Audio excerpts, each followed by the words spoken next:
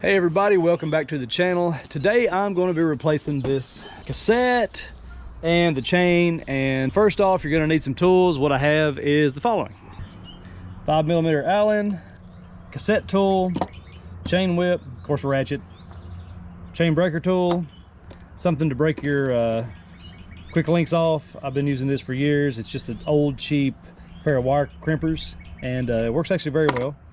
Some grease, and of course you're going to need a new cassette and chain if you can find one. I'm actually going to a KMC this time. I've never used KMC on a 12-speed drivetrain. This is supposed to work with SRAM. If it works real good, I will update. If it doesn't work very good, I will also update. But you know, I'm going to throw it on here. It should be fine. So let's get to it. So obviously SRAM, you have their clutch system. Push the little button, do that. Take your wheel off. That is why I need a 5mm Allen. If you don't have a 5mm Allen, you have a quick release, you won't need this tool at all, but I do. That's what I need to take this tire off. So with a cassette, if you've never removed one, when you're removing it, it will spin, because just like any bolt, this is righty-tighty, lefty-loosey. So you can hear that wonderful Project 321 buzz.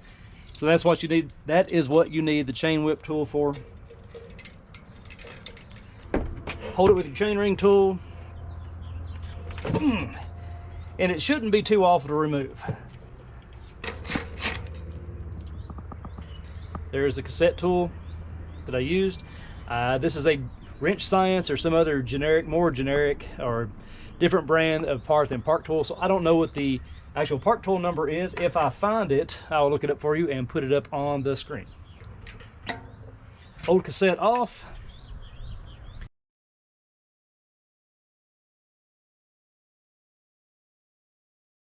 All right, it's a good time to take your wheel and clean up all the mess that has built up around your cassette, because you want a good clean interface between the new cassette and the hub. I move up from where the chain is stretched to get this link here. There it goes. Bang.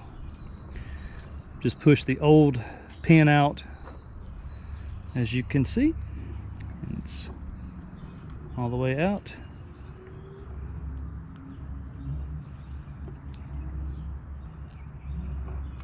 There we go. Earlier I told you guys you need grease, but you may not. Normally I grease these threads or the threads in the new cassette, but this seems to have some grease applied already from the factory. I'm going to just put it on as it is.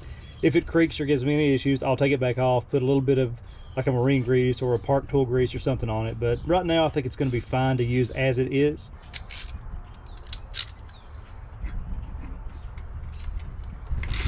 It should start fairly easily. You shouldn't have a lot of resistance, maybe a little bit, but nothing real severe. You should not have to force this to go on.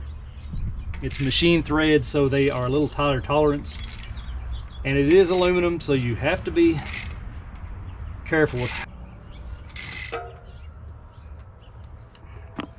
There you are at the end. You can feel it get towards the end. I just give it a little bit more.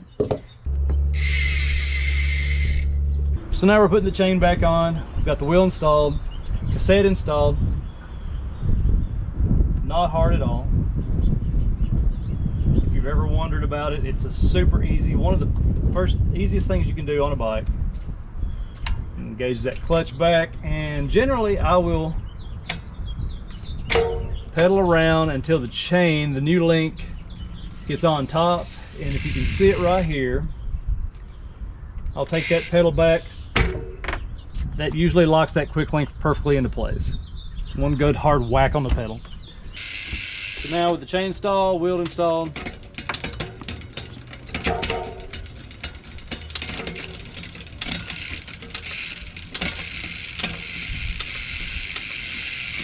so this is how it ended up going. I tried to use that KMC chain. I readjusted my derailleur. I did everything that I could to get that KMC to shift good, and it would not.